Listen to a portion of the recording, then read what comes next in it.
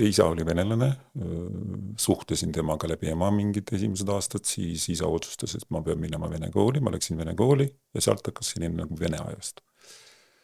Nii, mis veel? Käisin sõjaväes, läksin õppima tippi Tallinnasse, niimoodi ma sattusin Tallinnasse tipis ja on siis meil TTÜ või praegust on see TalTech, eks ju. Nii, pean ma lõpuni ei õppinud. Igasugused sündmused olid, seiklused. Nii, mis veel? Või sellist märkimisväärset ja võib-olla see, et seda tuleb märkida. Sellepärast, et see näitab nagu seda eluteed. Oli närikas, kui keegi teab, mis see oli 90-ndates. Või tähendab 80, kui see perestroika algas, eks, siis oli see nagu keelatud asi.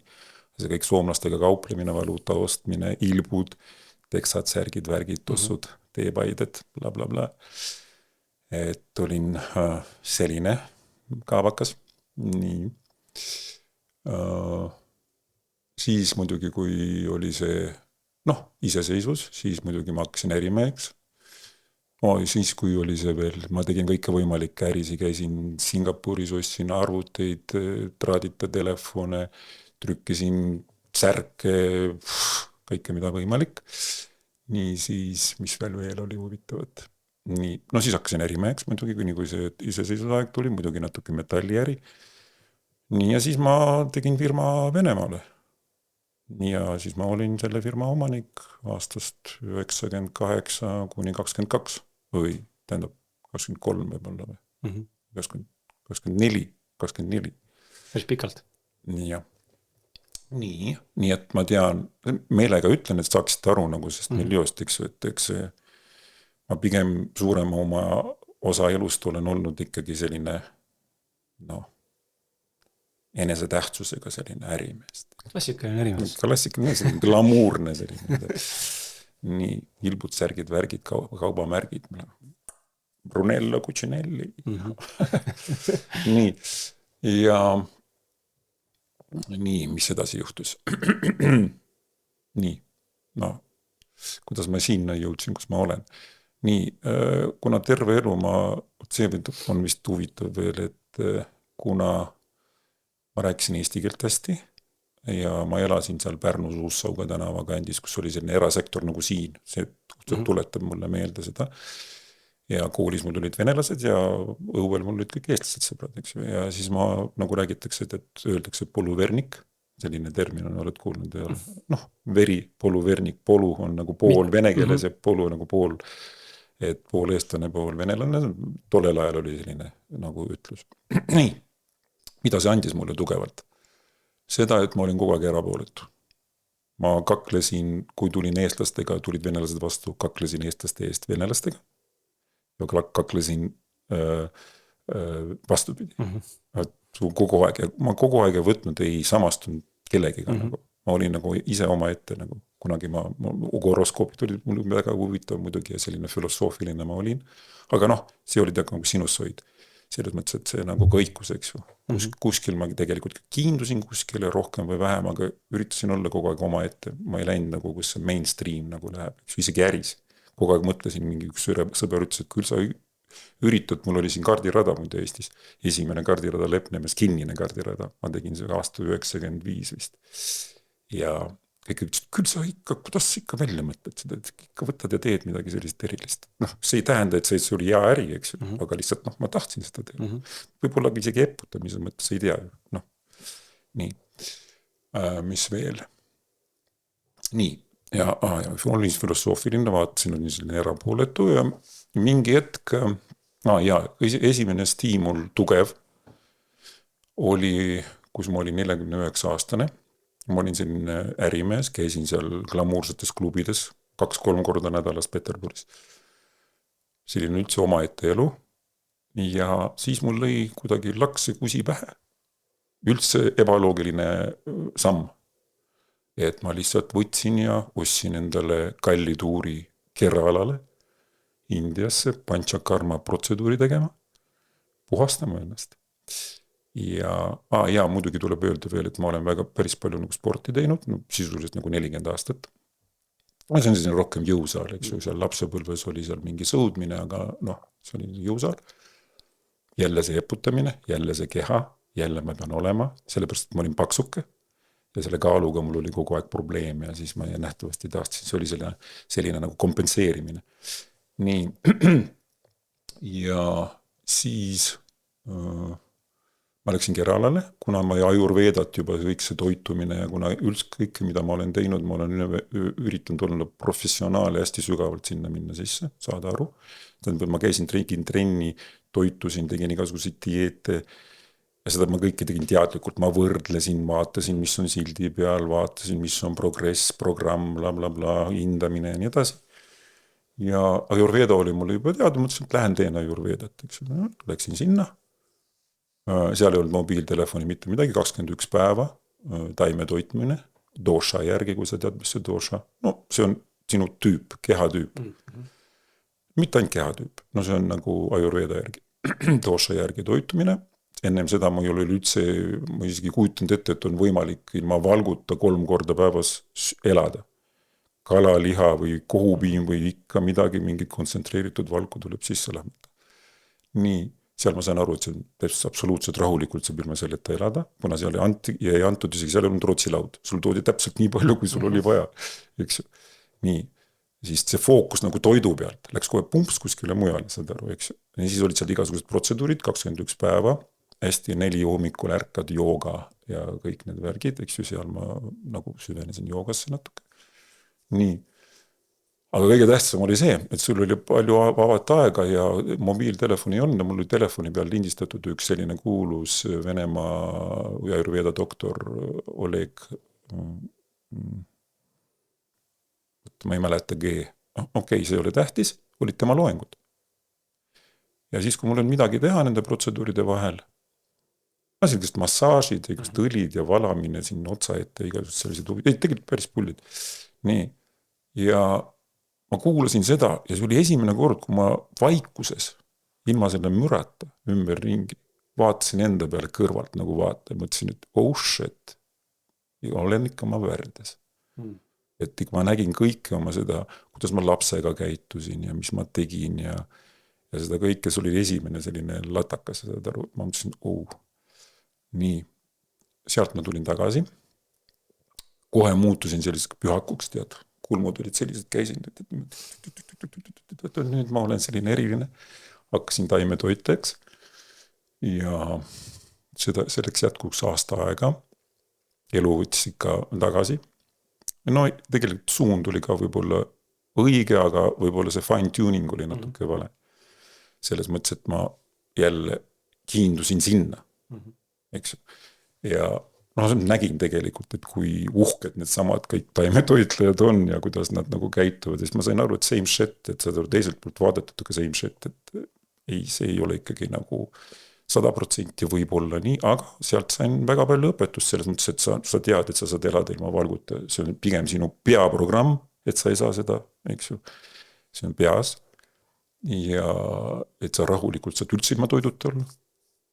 Sa ei pea kogu aeg mõtlema selle, mis ma ostan ka, mis mul külmutuskaapis on. See nagu koristas selle kiindumuse selle toidu pealt üldse ära nagu enamasti nii. Aga mingi aasta pärast, mingil uuel aastal Laine tegi pelmeene külalistele ja siis ma ei suutnud tead kell 3 öösel või 4, kui meie juurde tuldi mingi peo pealt uuel aastal, siis ma ütlesin, eks ma proovin. Siis muidugi ma oksendasin. Aga niimoodi samm-sammult laks ja siis läks tagasi. Nii, nüüd on mul üldse absoluutne teine vaatamine selle, aga koolitus oli ja ma nägin seda, kuidas inimese tarbib, kuidas ta tapab neid loomi, mis on ka hinged, ainult selle nimel, et näed, siin on see kuupäev nüüd vana, viskame selle minema. Ja selle nimel, et me viskame selle minema, tapetakse veel 20-30 looma kuskil. See ei tähenda seda, et ma muutusin selliseks, kuidas öelda, et ei tohi. Ei, erureeglid on sellised, et praegust ma saan aru, et nähtavasti võib. Aga vaata, kuidas nagu iidsetel aegadel või ennem see kõik toimis. See loom oli sul perekond. Ta kasvas kus sinuga. Sa austasid seda looma. Sa tapsid, sa nutsid ja sa tänasid teda. See on nagu selles avataris ja sul on nagu austus selle vastu. Ja see oli hoopis teine tarbimine. Sa sõid seda liha, aga hoopis teisest nagu positsioonist. Mitte nii, et come on, et näed, täna valin seda. Ja mis seal nagu selja taga toimub nagu I don't care, seda keegi seal vabrikust mingi jube, see on nagu põrgu, seda aru, seal loomale. Ja sul ei ole vaata seda isiklikku kontakti selle loomaga. Ja no said sellest aru. Ja see muidugi muutis, aga jälle see 10 aastaga tuli nagu kõik see äri ja kõik see tuli nagu veits tagasi, kuigi positsioon oli juba teine, ma juba mõtlesin endale sellise uskumise, nüüd mina olen pühak, eks ju, mina nagu firma asjadega ei tegele, inimesed seal siis nagu ise töötavad ja midagi juhivad ja mina olen siis selline nagu vaimne isa, seda. See oli jälle järjekordne uskumus, see läks üle, aga see midagi andis. Ja järgmine latakas käis siis aastal, ma ei tea, kas oli 2003 või 2004, kus siis ma sain diagnoosi, et mul on üks ravimatu autoimmuunne haigus, see on atroofiline maogastriit. See siis on tavameditsiini seisukoha pealt ravimatu, eks, aga kuna ma tegelesin juba ajurveedaga ja selle kõigega, eks ju, ja ma selline, ma ei tahtnud nagu alla lasta seda. Siis ma ütlesin, et ei, ma ei usu, ma ei taha, ma hakkan otsima mingit vastust, mul on vaja mingit vastust. Ja samas paralleelselt kuskil ilmus välja Dispensa, aga nüüd ma tean, et mitte midagi selles maailmas ei juhtu lihtsalt. Siis kuskilt tuli seal YouTube'is Dispensa välja, kuna ma olin filosoofiline ja blablabla, siis ma hakkasin seda kuulama. Ja mul hakkas see meeldima, kõik see tema statement. Ja ma läksin tema kursustele. Tema kursuste ajal hakkasid jälle juhtuma igasugused sünkroonsused ja siis ma sattusin selle Bradley Nelsoni, seesama Discover Healing, mille praktik ma praegust olen, sattusin selle peale. Nii, ma mõtlesin, kas on ikka see niimoodi võimalik, et kõik on energia, ma juba, ütleme, sain aru.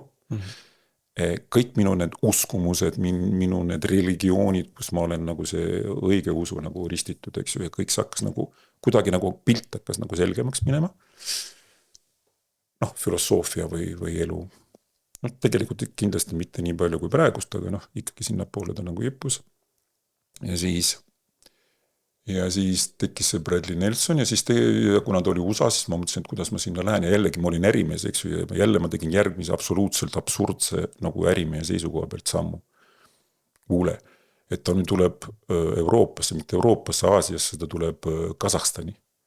Et ma ei pea USA-sse minema ja see seminar või see õppimine oli siis nagu vene keeles, mis oli jälle mulle nagu palju mugavam, eks ju, ja mul oli siis nagu Türgis äri või osaäri või partnerit, siis ma mõtlesin, et väga hea, ma lendan Türki ja Türgist panen Albataasse, mis seal ikka, et muidugi kõik vaatasid mu peale, ütlesid, come on, et kuhu sa lähed, mis jura, mis sa lähed, raiskad seal oma 5 tonni või ma ei tea palju selle peale, et ei, ma lähen. Läksin sinna, seal sinna ja muidugi tulin selline tead nagu vaatlema, okei, ma vaatan, rääkige mulle, et ma siis vaatan, et mis te siis te mulle siin räägite. Kuidagi kõik see läks peale ja nii kui sa hakkasid praktilised tunnid, mul tuli see kohe see lihast testimine, lihtsalt laks ja tuli välja. Tähendab, ma kohe sellest aru ei saanud, kõige pullim oli see, et me olime baarides seal oli nagu praktika, see oli body code'i selline, mitte emotion code ja body code'i selline seminar. Tal tuli raamat venekeelne välja.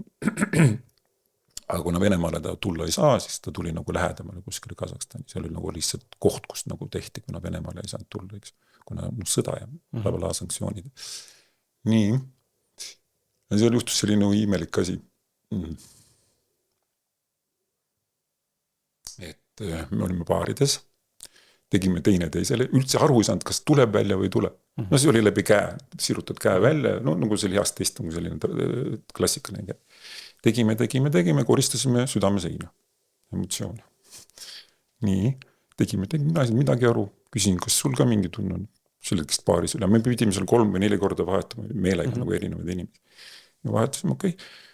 Tulin numbrisse, võtsin oma arvuti, hakkasin vaatama selle oma eri asju, et mis sul teha on, mõtlesin, et lähen söön all restoranis. Läksin alla restorani sööma, lähen restorani, istub tüdrukana, tuli meelde, nad istusid minu selja taga, mina olin VIP-soonis, mul oli VIP-pilet, need olid seal taga. Tüdruk selline 12-13 aastat ja siis ema. Ja tüdruk oli selline vaba, ütles, et näed, see on meie seminar, tulge siia. Mina olen selline ise oma ette, tahtsin nagu natuke istuda, nagu midagi teha. Tulge siia. Istusin laua taga, siis me hakkasime sellest kõigest rääkima. Räägime, ma hakkasin nutma. Laua taga, võõrad inimesed. Ja mina hakkasin nutma. Come on, what the fuck.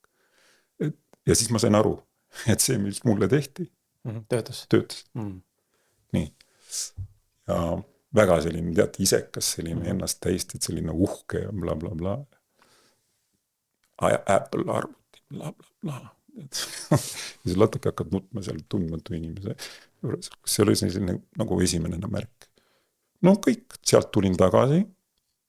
Kodus oli veel paar sellist juhtumit, et tulid sõbrad, rääkisin nendele sellest. Ja siis, kuule Igor. Ja siis selline hea sõber mul, ka selline ärimees, teenib päris hästi. Ja ütles, et ma ütlesin, et kuule, davai, proovime sinu peal. Ta ütles, et tead, mul siin selga nagu kuskil üleval pool nagu valutab, et kogu aeg valutab, et olen aastaid käinud iga 3 kuu tagant nagu tegemast, et see on norm minu jaoks, et saad aru, ta isegi ei näe seda nagu probleemina, jah. Et kogu aeg nagu midagi ütleb. Ma ütlesin, meile räägiti, et see tähendab seda, et sa koristad ainult tagajärgi, sa ei korista nagu proovime. Läksime minu tuppa, panin laks, 3 emotsiooni läks see ära. 3 emotsiooni. 5 minutit. Ta ütles, ei, kuule, stop, Igor. Selle, ma ei usu. Ei, kuidas see on võimalik? Selline tead ratsionaalne inimene. Kuidas see on võimalik? Ei, stop, ei, kuule, seleta mulle palun ära. Kuidas see on võimalik? Ma ainult naersid, et ma ise ei teadnud, kuidas see on võimalik. Ja võt selliseid juhtumeid nagu juhtus nii kogu aeg. Ja sealt ma sain aru, et see töötab. Ma hakkasin tegema inimesi, kuna ma olin, mis ma otsustasin nagu saada sertifikaadi ja ma pidin tegema see student portfolio, ma pidin tegema ilma nagu rahata üldse nagu ma praktikata tegema. Siis ma hakkasin otsima igal poolt ümberringi inimesi, ma hakkasin tegema, ma näen, et see toimib, eks ju, kellegil ma seal kusepõiepõletikul ravisin ühe seansiga, mitte ravind, aga ütleme sümptomid nagu tugevalt alla läksid ja nii edasi, ma hakkasin aru, et see toimib. Ja siis ma tegin selle ja siis ma läksin nii hoogu, mõtlesin, et nüüd ma panen kohe jutti selle bodycode'i. Ja seda, mida tehakse pool aastat, on üks kursus, ma tegin 1,5 kuuga ära. Järgmine oli jälle pool aastat, ma tegin järgmise 1,5 kuuga ära ja võib-olla kõige rohkem aega läks mitte õppimise peale, aga selle praktika peale, et ma pidin leidma nii palju inimesi. Ja see praktika tõusis, bodycode'is sa pidid vist 60 inimest tegema. Ja motion code'il see, ma ei mäleta, 15 või midagi. Ühesõnaga see kasvas number. Nii. No ja siis ma tundsin, et ma olen, kui võimas ma olen, et wow. Ja siis juhtus kriis. Uhkus. Ma läksin nii uhkeks nähtavasti. See on minu nagu nägemine. Ma läksin nii uhkeks, et kuskil veebruarikuus mul oli latakas, sellest ma rääkida ei taha. Kunagi võib-olla kirjutin raamatu või räägin, sest see on väga intiimne.